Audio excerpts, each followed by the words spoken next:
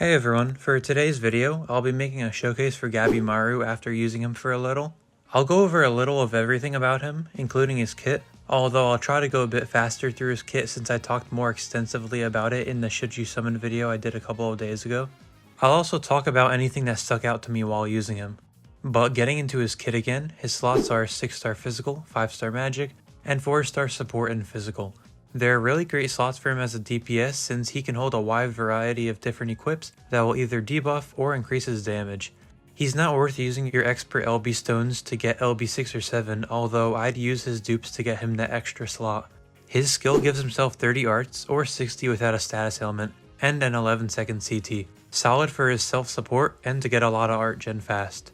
His arts has a 100% chance to burn for 20 seconds and increases his arts by 50. Like I said in my other video, it's fairly mid unless you're using it for a stage that needs burn, but after using GABIMARU for a little, I actually found another solid use for it. While nothing crazy, I did find it helpful in dealing with the small mobs before the boss. Basically, rather than using his true art or super art and wasting it on the small mobs, his arts could be spammed if it's needed when they're at low health, so that you can start on the boss with a somewhat filled amount of arts. It's very niche, I'm aware, but there is at least another use for it. For his true art, it does 65,000 fire damage physical, and for 30 seconds, all allies get a 100% crit rate, and fire allies damage increases by 150%. Really solid from testing, the crit lasts for quite some time, and the damage up has been insane in buffing GABIMARU himself. The attack even does some damage itself, which was quite surprising. For his super art, it does 180,000 fire damage physical, and for the duration of the super arts, he gets a 100% crit rate up and 30% super crit rate. This huge modifier made this attack literally shred bosses, which was insane to see. The super crit rate stacked with his passive made him hit stats that I didn't even think possible. Not only that, but considering how high the modifier is, he still does insane damage even without crit, because when I tested him on the Celia Crest stage, for the second half that has crit resistance, he was still shredding large chunks of the boss HP without crit when paired with his true art damage buff. It was pretty insane to see, and you can only imagine how much it would do with super crit. For his passives, he increases his super crit rate by 30% when over 90% HP, 15% evasion rate, and 100% poison resist. The passive super crit rate was always nice in fights, although I did find it somewhat an issue to keep him above 90% HP unless he was behind the tank. But it shouldn't be too much of an issue. And surprisingly, the 15% evasion rate up was actually pretty helpful. It doesn't sound like a lot, but it does make a good portion of hits miss, most notably during the end nuke of the Celia Crest. At the ending, the only ones alive after the nuke are Shiro and GABIMARU is able to survive without a second revive, solely due to the fact that the attacks were missing him from what I saw. So it's definitely a solid passive to try and make him not go beneath his 90% HP threshold. That's it for his kit though. As for some equips you'd want to run on him, you could always do the Fire Elemental Ruins equips if you have his 6-star LB. If not, Scissor Blade Decapitation mode is strong for damage and fire resist down. Bakuzan and Kyoru for some arts gen and physical damage up. Coil Gun for crit damage and art gen. Dodenbori Robo for art gen and damage up. Hiei's Sword for some art gen and crit damage. Or Ritually Bikini for a damage debuff on the enemy. And in the video, I used Ganon's True Weapon since it not only gave him 50% damage, but it has a passive AoE 15% breakup, as well as 100% breakup for the user for 6 seconds if they're a fire unit. For his magic slot, it's the same premise as the physical, but some good equips include True Formal Halt for the fire resist debuff, True Exceeds X for some art gen and arts damage up, True Strategia for a damage debuff, maybe the Eraser Ultra equip for team-wide art gen at the start, as well as its active attack and damage up.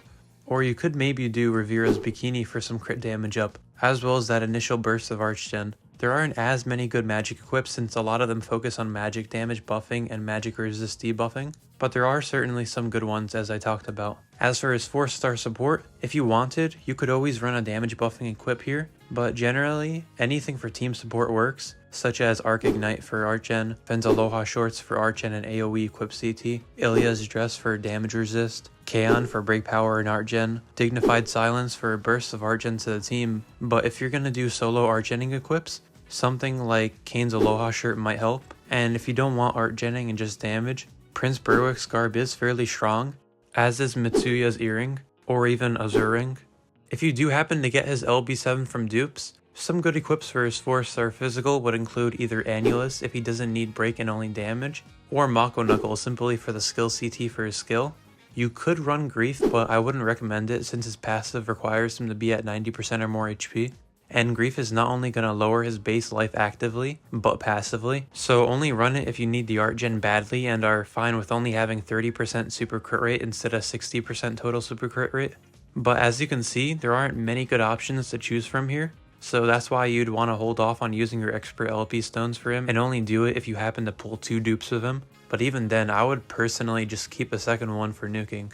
As for some crests, attack up is solid, arts gauge up works for the quick start, crit damage up is solid for some damage, equip CT if you care about his equips coming back faster, although for some unconventional ones, heal recovery rate up could make him stay above that 90% HP threshold more consistently, meaning he'll see more passive super crit rate a lot more often. Curse Frost or Funeral God might be risky, as it makes him squishier, but the damage buff is always welcome. Just watch out if you do run it. For some teams you could run him on, some good damage supporters would include either Rin or Priscilla if you have a mono fire team. You could run him with art geners like Haruto, Emperor, War God Fen, Mako, Mitsuya, or Yo, who actually works pretty good as well to buff Gabimaru, since he'll buff his attack as well as physical damage.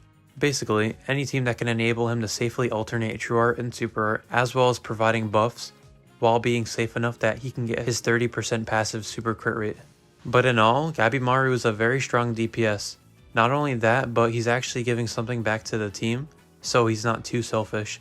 In his case, that'd be the AoE crit rate up and fire units damage up. His super crits will allow him to do insane numbers, as well as his huge modifiers.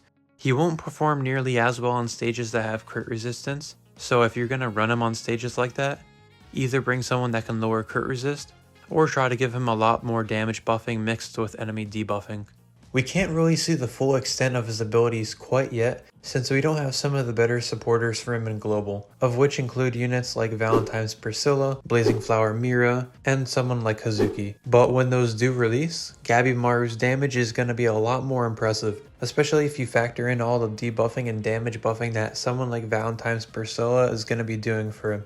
And for now, as I said in the previous video in his kit info, Rin is probably going to be the best supporter for Gabimaru as of now, with her damage debuffing, fire debuffing, as well as damage buffing. That's it for the video. Let me know your thoughts about Gabimaru as well as whether or not you managed to pull him in your summons. I hope you enjoyed this video as I try to go a little more in depth with his descriptions than usual, more so the equip info. If you enjoyed the video, I'd appreciate it if you subscribe to the channel. Keep a lookout as I'll try to release the Geary showcase at around tomorrow. Thanks for watching and I'll see you later.